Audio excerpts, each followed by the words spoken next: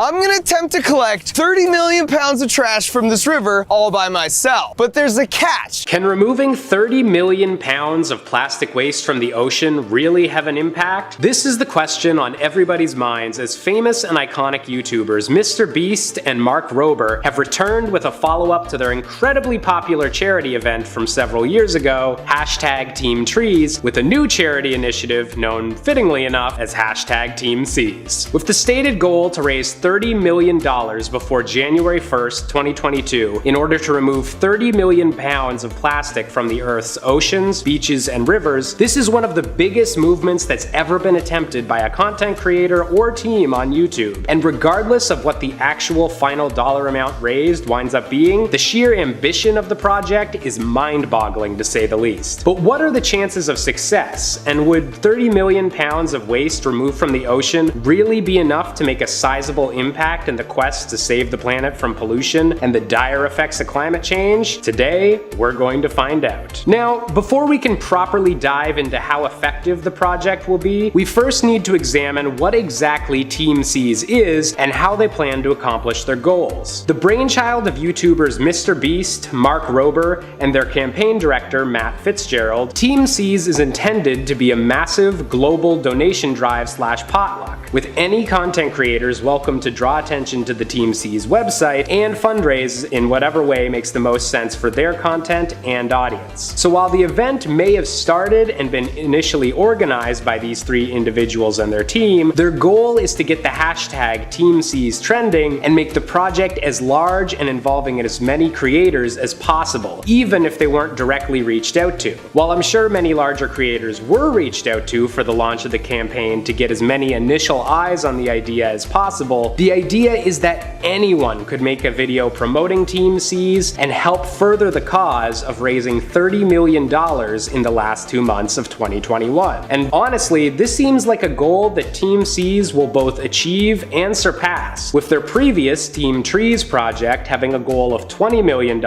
and easily managing to hit a full $23 million. When it comes to how this money will be spent, all money raised on the official TeamSeas website will be split 50-50 between Ocean Conservancy, a US charity group primarily focused on organizing volunteer cleaning of beaches, and the Ocean Cleanup, a group more focused on rivers and intercepting pollution before it can make its way into the ocean proper. Both of these charity groups are luckily reputable ones, as Ocean Conservancy is rated 4 stars or 94 out of 100 by Charity Navigator, and the Ocean Cleanup being rated gold for a US-based charity. With these two charities, TeamSeas is taking a three-pronged approach to actually attempting to clean plastic out of the world's oceans, focusing on beaches, rivers, and the open ocean itself. For the beaches and rivers, TeamSea is using its money to directly expand operations that these two charities already have running, such as the interceptor technology used by the Ocean Cleanup Group to prevent pollution from even reaching the ocean, and allowing more of this technology to be used in hotspot rivers that cause an exponential amount of the world's pollution transfer. And in addition to expanding the beach cleaning efforts that Ocean Conservancy already stages, TeamSea claims that more funds will allow for volunteer beach cleanings with their own branding, allowing both creators and viewers to physically get their hands dirty and help deal with the growing problem of plastic pollution on our beaches, coastlines, and sand dunes all across the world. But is all of this effort actually going to make an impact on a global scale, or is it nothing more than spending money with the appearance of accomplishing a lot? After all, while removing 30 million pounds of garbage from the ocean does sound massively impressive, it's a bit scary when you realize 11 million tons of plastic are added globally every year. However, 30 million pounds is still a lot of garbage to remove, and will especially impact the beaches and areas it's being directly removed from, and thus TeamSea's focus should be on the areas that will see the most benefit from their intervention. Luckily, TeamSeas seems to realize that their project is merely a stepping stone to larger, more permanent change, with their website stating, "The plastic pollution problem is so big that no single solution will fix it at once. But we've got to start somewhere. 30 million pounds of trash collected is 30 million pounds of trash that won't come face to face with whales, dolphins, seabirds, and other beloved wildlife, and that won't don't keep breaking down into smaller and smaller pieces, ending up on our dinner plates. There are a lot of ways you can tackle the problem, and we think cleanups are complementary so long as they're not excuses for delay. By reaching 1 billion people through Team C's videos and activating new generations of ocean advocates, we hope to inspire a movement and demand for solutions. Plastic and our oceans don't mix, and we're here to do something about it. Furthermore, it's good to see that Team C aren't ignoring the larger issue of global warming and climate change, and how those incredibly important issues are tied in with the plastic pollution they are working to undo, saying again on their website, plastic production and climate change are inextricably linked, and both are huge problems for the ocean. Every year, 11 million metric tons of plastics enter our ocean. Nearly all of these plastics are made from fossil fuels, including crude oil, natural gas liquids, and coal. Ocean Conservancy has estimated that the crude oil needed to make that much plastic is over 800 times more than the amount spilled during the Exxon Valdez disaster. And the greenhouse gas emissions from the plastic sector are about 2 gigatons, equivalent to the emissions of 370 million passenger cars. There's much more we need to do to tackle the climate crisis, and we hope you bring the same Team C's energy to other efforts to protect the ocean and the planet. At the end of the day, solving a problem as massive as the pollution of our planet's oceans isn't going to be done alone with a single catchy hashtag or a single charity drive during YouTube's most profitable months. It's a multifaceted problem that's going to require a multifaceted approach, and something that'll take literal years of extreme effort to turn around from the current path that humanity is on. But that doesn't mean that the Team C project is a bad idea. Rather, it shows that even if we don't have a complete answer of how we're going to deal with the world's climate issues yet, we still need to start somewhere. And taking 30 million pounds of pollution out of the ocean is a decent place to start. The original Team Trees phenomenon a few years ago showed that people are hungry for a way to help their planet, and that energy just needs to be pointed in a beneficial direction. So if you want to help out the ocean or any other part of the global ecosystem that you care particularly hard about, be sure to do your research, know the basic facts, and know who you're giving your money to, and whether it's an effective way to see change in your area. Hey guys, how's it going? I'm your host Jared Bronstein, and welcome back to Life's Biggest Questions. With all this talk of planting 20 million trees, we decided to do some research and talk about what would happen if we actually accomplished the goal. Before we get into the nitty-gritty of it all, make sure to subscribe, click that bell to be notified of when we post more videos, and give this video a thumbs up. For every like this video gets, I'll donate $1 to plant a tree, so make sure to hit that thumbs up button.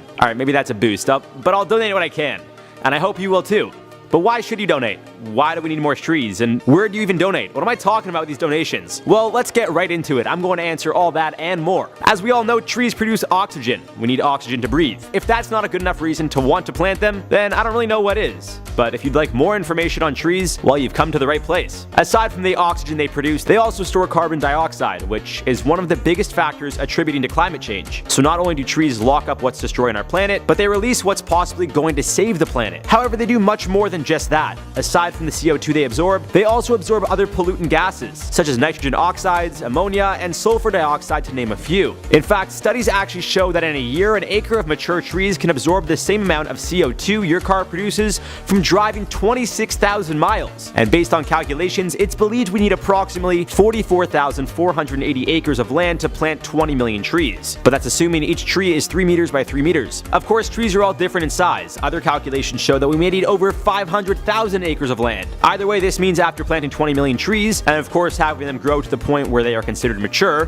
which could take up to 30 years depending on the tree, we'd be absorbing the amount of CO2 a car produces from driving over 1 billion miles annually. Now obviously no car drives 1 billion miles in a year, but in a state like California or New York where there are tons of cars, well, I'm sure people collectively drive over 1 billion miles annually. And I almost just called California a city. Good thing I didn't, because you guys would have ripped me apart in the comments. However, there's a lot more to it than just the gases trees absorb that are slowly destroying our planet. Tons of animals and insects call trees their home. This means you'd be helping hundreds of thousands, if not millions of species thrive by donating to the cause. From squirrels to bees to even types of moss and mold, trees impact more than just humans. Sure, we could use them for medicinal use and get fruits from them, or nuts for example, but if you really think about how many animals and insects rely on trees, well, you'd be truly surprised. But humans are quite selfish beings. That's no secret. We put us first, and that's fine. So let's talk about what else trees do for us. They can help reduce stress and anxiety. Who would have thought? it's been scientifically proven that being surrounded by trees will decrease anxiety, depression, and increase your level of patience and ability to concentrate. The science behind these studies is that humans see a significant decrease in blood pressure, heart rate, and levels of cortisol when around trees. Aside from this, there's nothing like breathing in some fresh oxygen coming directly from the source. Trees also help you save on your energy bill.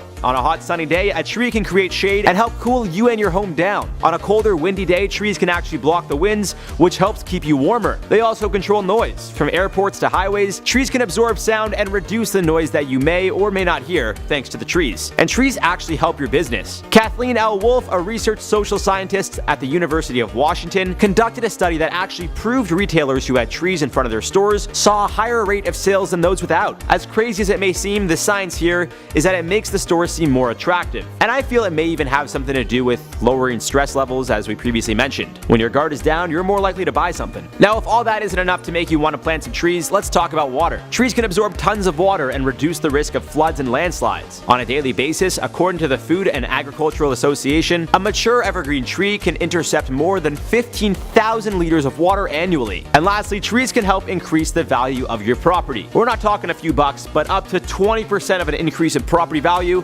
all because you have a tree in front of your house. Again, bringing it back to the previous points, aside from the fact that it looks nice, it can reduce your annual heat or air conditioning bill thanks to the shade, it can reduce your stress and anxiety levels, and overall just keep you happier and healthier. However, we also have to look at this from a realistic standpoint. Just because we plant a tree doesn't necessarily mean it will fully grow.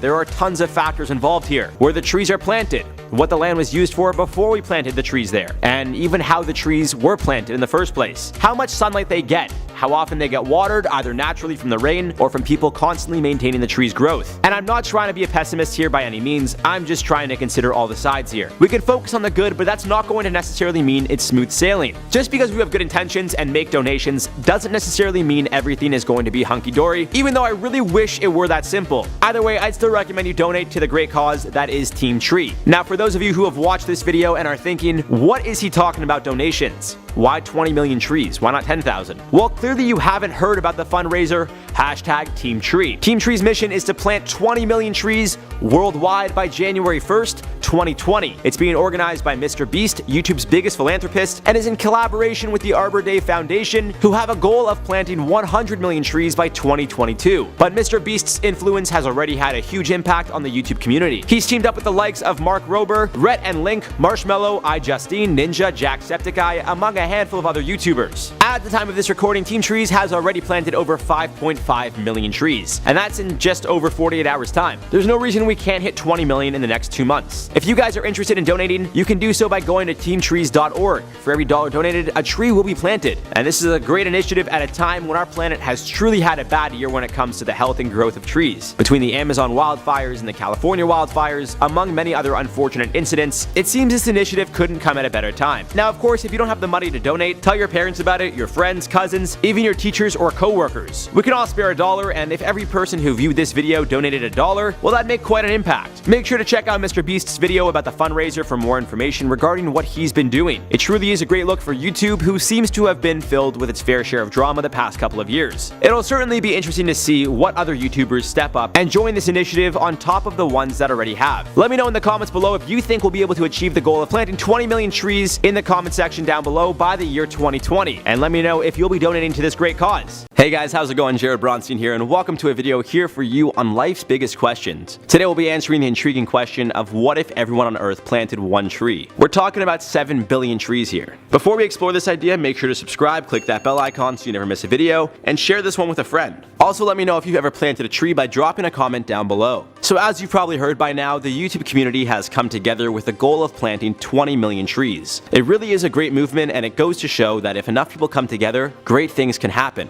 Which has led us to this question. So what would happen if everyone on Earth planted a tree? Well, currently it's believed there are approximately 7.7 billion people on Earth at the time of this recording. That number, of course, is constantly changing between newborns and deaths happening every second of every day worldwide. So what would happen if every single single person in the world planted a tree. There are tons of variables here. What kind of trees would be planted? Where would they be planted? And how many would actually fully grow? And that's just the tip of the iceberg. But let's get into it and see how all this would possibly affect us. It's believed anywhere between 3.5 billion to 7 billion trees are cut down annually. And that's just cut down. That doesn't include those that are burned by wild or man-made fires, trees that just die or get knocked down by extreme weather conditions. So to simply say if we planted 7 billion trees, we'd be right where we were before would be a huge overstatement. Of course, if everyone planted a tree on top of organizations like 10 Tree, who plant 10 trees for every purchase of their apparel, and the Arbor Day Foundation, who is planning to plant 100 million trees by 2022, it definitely wouldn't hurt. We need to constantly increase the tree population on Earth. Not only do trees help fight climate change, but we use them for tons of everyday products, such as medication, cosmetics, soap, gum, paint, newspapers, and cereal boxes to name a few. As you can see, we use trees for a range of different things. And it doesn't look like we're finding alternatives anytime soon, which is fine.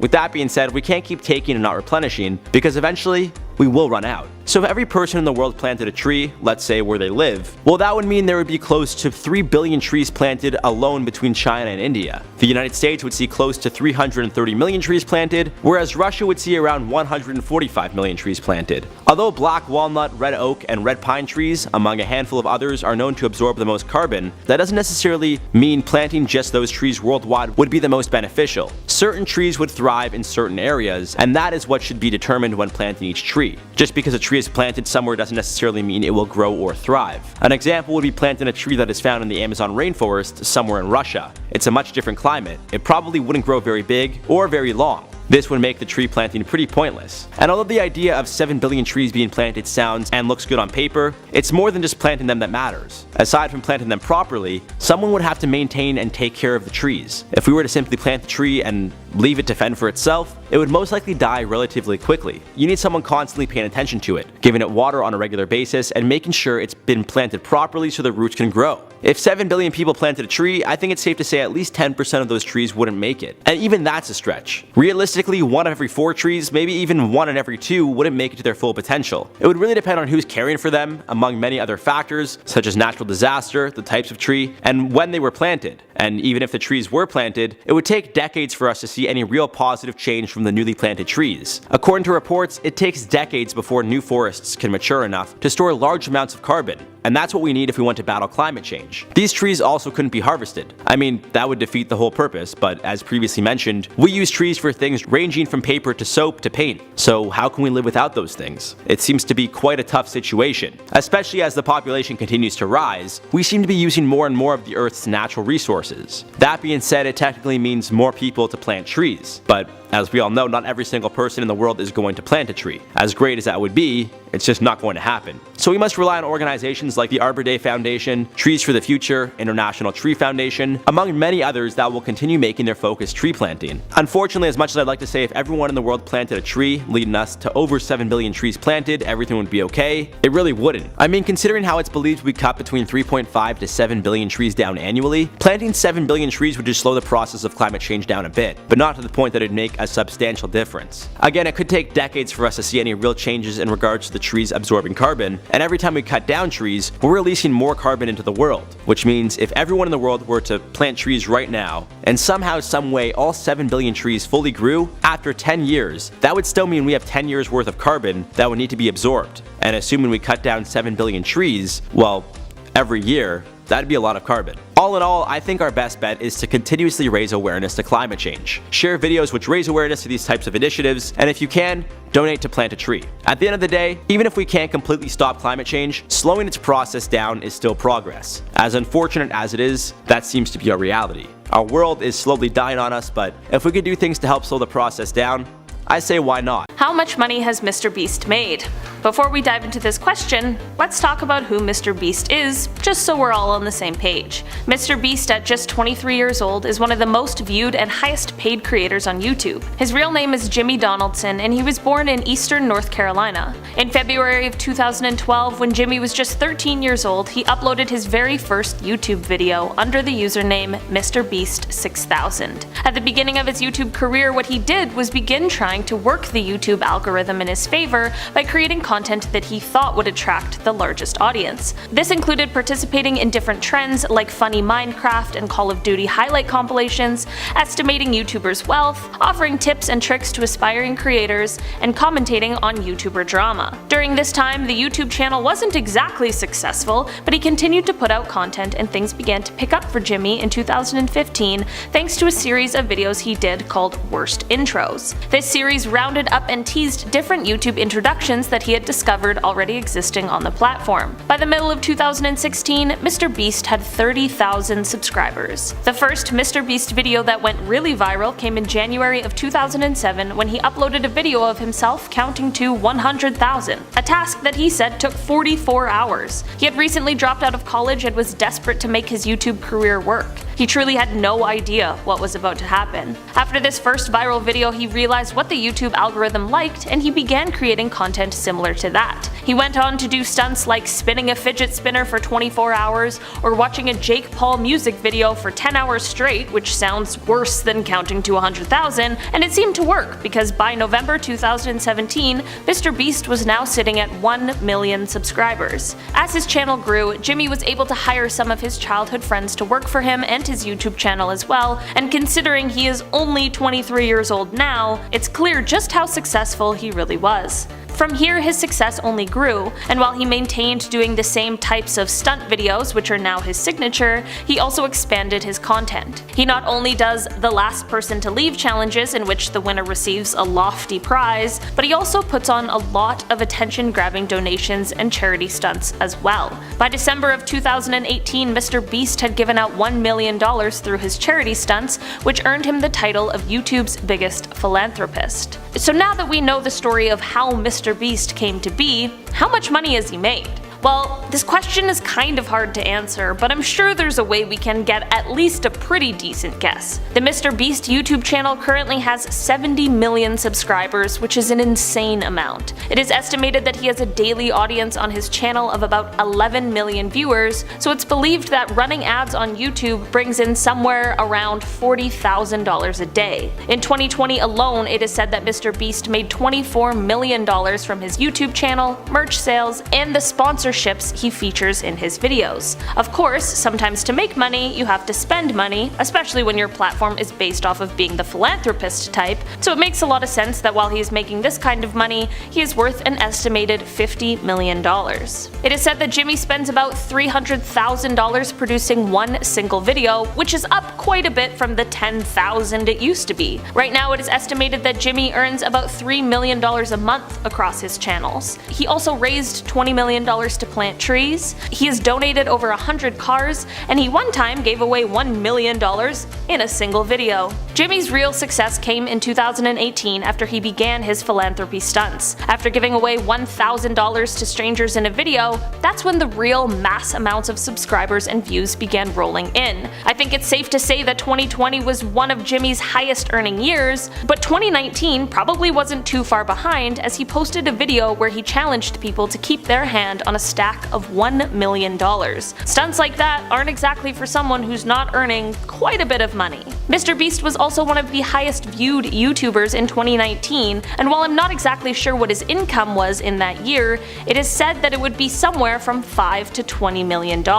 I know that's a pretty big gap, but I'm not his accountant, so I'm going off of the limited information I have. I got this number by using the information of how YouTube pays around $2 to $12 for every monetized view. In 2019, his videos were getting about 20 million views on average. This coupled with the fact that he released about 5 videos a month, you do a little quick math and boom, he's making a ton of money. The gap is also so large because the math only applies to his YouTube videos and doesn't take into account the brand deals he does, the things he gets for free, or any of his merch sales. I think it's safe to say that MrBeast probably didn't start earning super significant amounts of money until 2018, and that was probably and reasonably his lowest paid year out of all of the ones that we've spoken about today. Taking what we've spoken about already and coupling this with the fact that during 2018, MrBeast was purchasing billboards billboards and radio ads to boast PewDiePie in the PewDiePie vs. T-Series competition to be the most subscribed to YouTube channel, he probably wasn't doing poorly in terms of his finances. I think a fair estimate of his earnings in 2018 would be somewhere from 2 to 10 million a year. So let's add up the higher ends of our estimates, just to be fair to MrBeast. 10 million in 2018, 20 million in 2019, and 24 million in 2020. We're already sitting at 54 million before 2021 even started. His channel has only been more successful this year than in the past, and we are almost at the end of the year, which means that he definitely has had the time to make at least the same amount of money as last year, but it is likely more. It is estimated that this year MrBeast has already made somewhere around $34 million, putting him at a total of $88 million. I know MrBeast has had controversies throughout the years, and some people aren't a fan of the way he chooses to display his charitable stunts, but at the end of the day, this is a video about how much money he has made, not about whether or not he should be cancelled. I think MrBeast is a great display of what hard work can get you, as well as figuring out the system of the industry you work in. Don't forget to give this video a thumbs up if you enjoyed it today, and don't forget to subscribe if you want to see more. Stay curious, LBQ fam, and I'll see you on the next one. Bye!